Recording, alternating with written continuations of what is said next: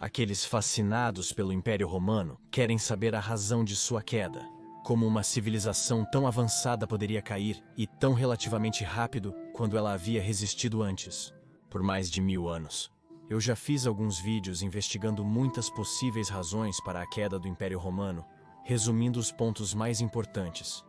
Porque mesmo que desejássemos que fosse o caso, o Império Romano não caiu por causa de um único grande motivo. Certo, foi uma interação realmente complexa de várias razões diferentes que ocorreram simultaneamente. Desde problemas intrínsecos, que levaram a constantes guerras civis, a problemas econômicos, a problemas militares, a um enorme influxo de invasores germânicos. Há tantas outras razões pelas quais o Império caiu. Wars. Mas uma razão sobre a qual ainda não falei em detalhes, mas apenas mencionei brevemente como um fator adicional, foi o declínio populacional. Facções. Então, quanto à população do Império Romano diminuiu nos séculos seguintes? Houve redução? E se sim, por quê? E se diminuiu, quão importante foi o declínio da população romana no grande esquema das coisas? São vários.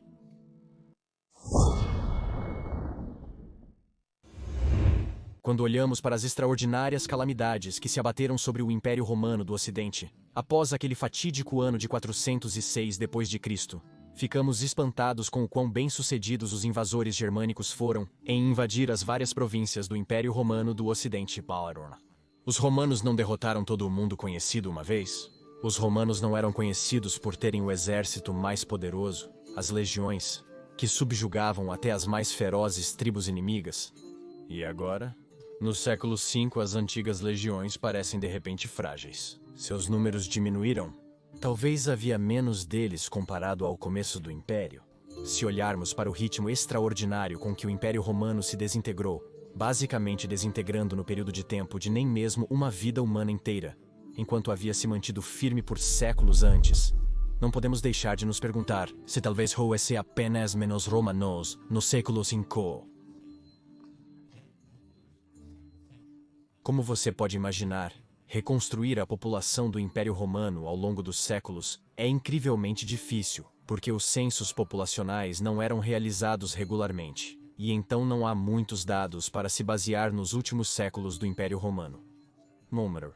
E aparentemente a programação é incrivelmente difícil, ao menos para a maioria de nós. Incrível transição, Majoriano aprovaria, mas você não acha que o Império Romano... Isso pode interessar a você, como fã da história romana. Por quê? Existe um método fácil e divertido de aprender programação que pode render denárii ou até solidi. Segundo o Stack Overflow, em 2023 desenvolvedores back-end nos XYML ganharam em média mais de $100 mil ano. Mediana. Rose. Como programador, é possível trabalhar em casa e assistir vídeos sobre o fim do Império Romano simultaneamente. E quem não gostaria disso? A equipe da Boot.dev acredita que a melhor forma de aprender programação é evitando o tédio. Você acumulará pontos de experiência como em um RPG, desbloqueará conquistas e missões, podendo subir no ranking global. Praticamente um jogo real. Porém, com as habilidades recém-adquiridas, você pode ganhar um bom dinheiro. Mesmo o Hickman não recusaria isso. A plataforma é projetada para fazer você escrever muito código, porque colocar as mãos no teclado e enviar projetos é a única maneira de realmente aprender a programar. Car. Aprenderá desenvolvimento web back-end em Python e Go, do início ao fim. Boot.dev é totalmente online e autodirigido, com a sensação de um envolvente RPG, incluindo conquistas estimulantes ao subir de nível. Se tiver dúvidas, a comunidade Discord do Boot.dev é ativa e pode ajudar caso fique preso em desafios de codificação. Experimentei pessoalmente e devo dizer que é divertido e simples de aprender, mesmo sendo um completo iniciante em programação.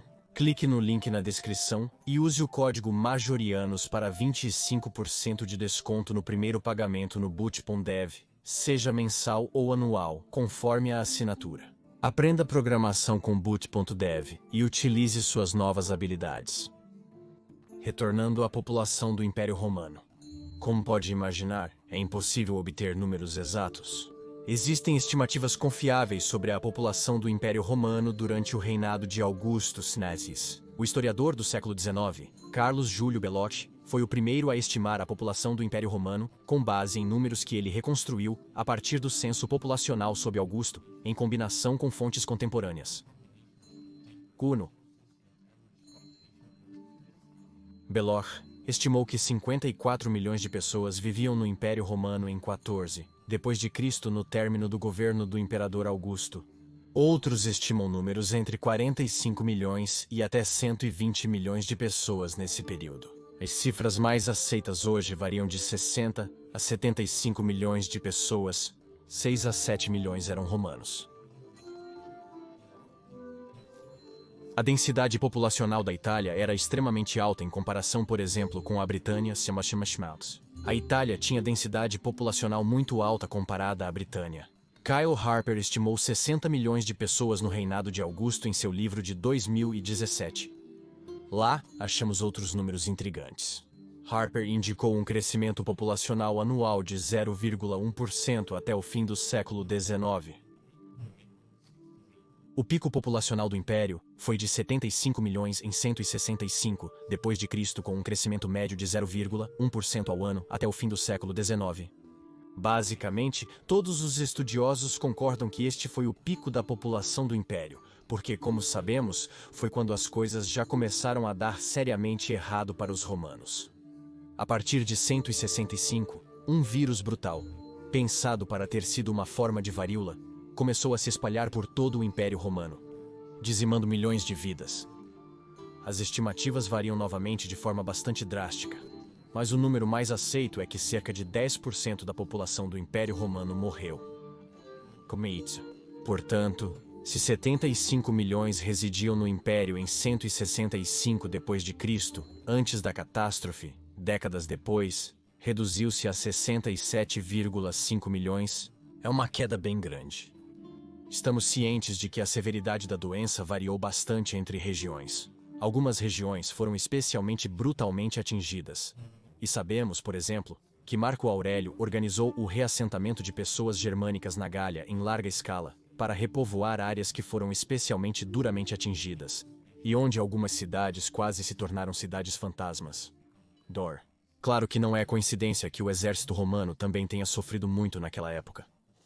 Guars. Cerca de 500 a 600 mil homens serviram no exército romano naquela época. E se 10% morreram, isso significava 50 a 60 mil legionários mortos. Diz-nos. Um golpe massivo, que, como sabemos, resultou nas primeiras invasões bem-sucedidas de tribos germânicas em território romano, que só puderam ser repelidas com grandes dificuldades. Um presságio do que estava por vir. Também não é coincidência que o Império Romano nunca mais atingiu a mesma inovação tecnológica, a mesma produção agrícola, a mesma produção de ouro e prata de suas minas, a mesma atividade de fundição de minério de ferro e outras métricas como fez durante a Pax Romana dos séculos I e II depois de Cristo. E como sabemos, as coisas não melhoraram para o Império Romano. Em 250 depois de Cristo, nem mesmo um século depois, outra pandemia atingiu o Império, a peste de Cipriano, e não sabemos muito sobre essa doença, mas acredita-se que pode ter sido um vírus semelhante ao Ebola. O número de mortos é desconhecido, mas certamente foi brutal. A população de Alexandria, por exemplo, teria sido severamente reduzida por essa doença, de cerca de 500 mil pessoas para 190 mil zéus. Em Roma, 5 mil pessoas que se dizia estarem morrendo por dia no início da doença. Então, embora não tenhamos números exatos, podemos novamente supor que um número de mortes de 10% não parece ser completamente irracional para todo o Império. Porque lembre-se, as cidades altamente densamente povoadas como Alexandria ou Roma foram, claro, muito mais afetadas do que as áreas nas zonas rurais mais remotas da Gália ou da Grã-Bretanha. Não é coincidência a alegação de que a população de Alexandria e Roma sofria diariamente durante a pandemia. Enormes invasões bárbaras e guerras civis massivas ocorreram. As pandemias sempre desestabilizam as sociedades e causam guerras, e por isso é absolutamente uma causa da peste que o Império quase caiu durante a crise do século III. Sobreviveu por pura sorte, porque havia imperadores como Galienos Cláudio Gótico Aureliano Probus, e tais figuras capazes que mudaram o rumo para o Império. Além disso, as pandemias demasiado brutais resultaram nas pessoas buscando consolo da dura realidade em novas crenças. E assim, o surgimento do cristianismo é de muitas maneiras um resultado das pragas de Antonino e Cipriano. Nós também precisamos estar cientes de outro efeito. As grandes cidades do Império sempre foram um dreno líquido da população. Naur, significando que mesmo quando não havia grandes pandemias, mais pessoas morriam por ano em Roma ou Alexandria. Porque uma alta densidade populacional sempre significava uma taxa de mortalidade mais alta naqueles dias de doenças constantes, infecções e outros perigos. Maros. Então, as áreas rurais do Império sempre precisavam fornecer novos romanos. Naro, no entanto, é claro que podemos supor que as duas pragas tiveram um efeito duradouro no crescimento populacional de longo prazo do Império. Schreier. É super difícil obter números razoáveis, mas o historiador J.C.R. Thomas Callister Russell estimou em número 1958 que a população do Império em 350 d.C. era apenas 83,7% da população em número 1 d.C.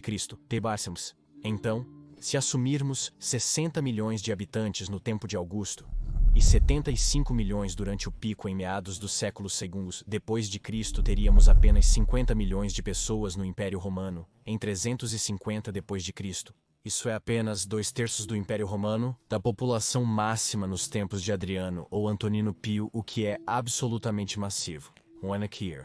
Claro, esse número certamente também tem uma alta margem de erro, mas mesmo assim, não é completamente irracional. Para tornar isso ainda mais brutal, Russell estimou que, enquanto a população do Império Romano havia diminuído, a população das nações germânicas, enquanto isso, do outro lado da fronteira, na verdade havia aumentado. Ele estimou que em 350 d.C., 3 milhões de pessoas viviam além das fronteiras do Império Romano na Europa, enquanto era apenas 9 milhões em 1 d.C. Então, enquanto a população do Império Romano havia diminuído em 16,3%, a população dos povos germânicos havia aumentado em 5% em 350, em comparação com 1 d.C. Isso explica por que as incursões germânicas ocorreram muito mais frequentemente nos anos 300, e aparentemente com mais facilidade. E claro, muito mais nos anos 400 d.C. em comparação com os séculos I e II d.C. antes das grandes pandemias atingirem. Claro, podemos supor que os números não melhoraram muito no século V, Marminish. Podemos supor que em 450 d.C., a população do Império manteve-se no mesmo nível do Império Romano. No melhor cenário, isso é constante, enquanto a população germânica provavelmente cresceu novamente. Mas na pior das hipóteses, a população do Império pode ter diminuído novamente em alguns % nesse intervalo de 100 anos, enquanto a população das tribos germânicas pode ter aumentado novamente em alguns %. Portanto, deslocando a vantagem numérica ainda mais a favor das tribos germânicas. E por favor, considere apoiar este canal via Patreon ou associação ao YouTube, porque eu realmente preciso da sua ajuda para poder continuar este trabalho sobre a história tardia romana. Sem seu apoio, não sei quanto tempo manterei o canal, já que o algoritmo do YouTube não favorece tópicos de nicho como a história romana tardia. Muito obrigado. E assim entendemos por quê. Já nos séculos 3 e 4 d.C., Roma teve que depender cada vez mais de foederati, e assim teve que empregar cada vez mais o povo românico, e mais germânicos como soldados federados no exército romano. E what else? Se em 400 d.C. a população romana é apenas cerca de 2/3 da de 160 d.C., você tentará suprir essa diferença com soldados estrangeiros. E assim, mesmo que a população do Império fosse menor, ainda acabou com cerca de o mesmo número de soldados. De fato, nos anos 300 antes das insanas guerras civis do final dos anos 300, o imperialismo combinado, exército romano oriental e ocidental, ainda tinha cerca de 500 a 600 mil homens fortes, o mesmo tamanho que no início do Império. No entanto, consistia em muito mais foederati, com, como sabemos, consequências não ideais para o Império Romano, já que esses foederati, muitas vezes, nem sempre, mas muitas vezes, não eram tão fiéis ao Império Romano quanto um romano nativo. Frequentemente mostravam maior lealdade à sua tribo, e haveria, é claro, muitas disputas entre as diferentes tribos germânicas, criando todo tipo de problemas. Fica cada vez mais claro que, embora o declínio populacional do Império Romano não tenha destruído o Império Romano, já que os romanos inteligentemente preencheram os romanos faltantes com pessoas de origem germânica, isso criou enormes problemas para o Império Romano. Produção agrícola reduzida, produção industrial reduzida, uma produção industrial menor, menor inovação, e uma maior barbarização e intrusão dos germânicos nas fileiras do exército romano, mas também na população romana.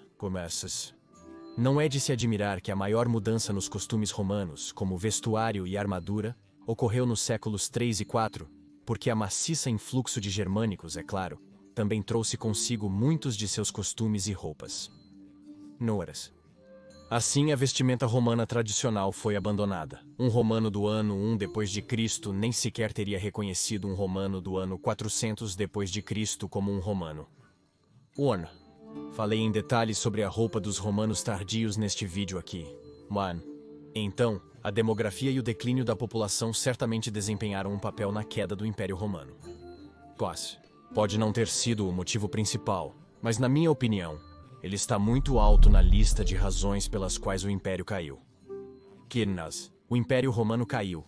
Claro, os problemas sistêmicos intrínsecos, a falta de um sistema de sucessão, a degradação da moeda, o custo massivo do exército, a dificuldade crescente em encontrar novos recrutas, a divisão do império, as migrações do povo germânico e tantas outras razões também desempenharam um papel enorme. Mas a diminuição da população do Império Romano certamente não deve ser subestimada como uma razão muito grande para a queda do Império Romano. E este é, a propósito, um problema que também podemos ver em nossos tempos modernos. As sociedades que têm uma população em declínio são normalmente as que estão estagnadas em termos de crescimento industrial e econômico e, às vezes, também em relação à inovação tecnológica. Muitos países desenvolvidos sofrem com a queda populacional. Países como a Coreia do Sul devem perder mais de 1/3 de sua população. Até 2100, Japão e China também estão muito no topo da lista de países com colapso populacional, assim como muitas nações da Europa. E exatamente como nos tempos romanos, isso traz consigo enormes mudanças sociais e econômicas. A longo prazo, estima-se que a população humana do planeta Terra atingirá o pico por volta do ano 2100, em torno de 10-11 bilhões, e então provavelmente começará a diminuir.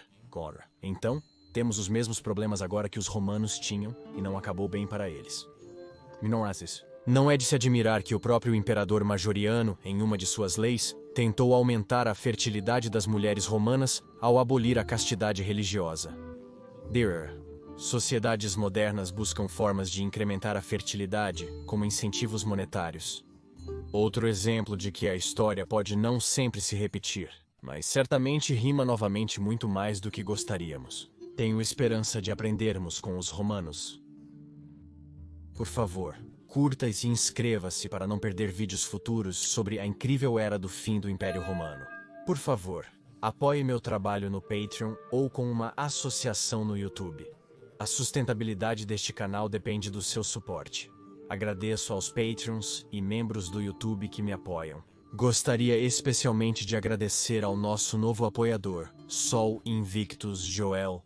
Muito obrigado por apoiar este canal da maneira mais generosa possível. Também temos um novo membro, Augusto. Muito obrigado, Art Williams, por apoiar este canal de uma maneira tão generosa. Também contamos com um novo apoiador, César Dani Silva Mal. Muito obrigado, Dani Silva, por apoiar generosamente este canal. Quero agradecer a todos que estão apoiando este canal de alguma forma. Para aprender mais sobre as 10 razões da queda do Império Romano, assista ao vídeo no canto superior direito. Se desejar aprender sobre outras 10 razões da queda do Império, assista ao vídeo no canto inferior direito. Agradeço novamente a todos os amigos da história romana, Gratias Tibiago e Bene Valete. Por isso,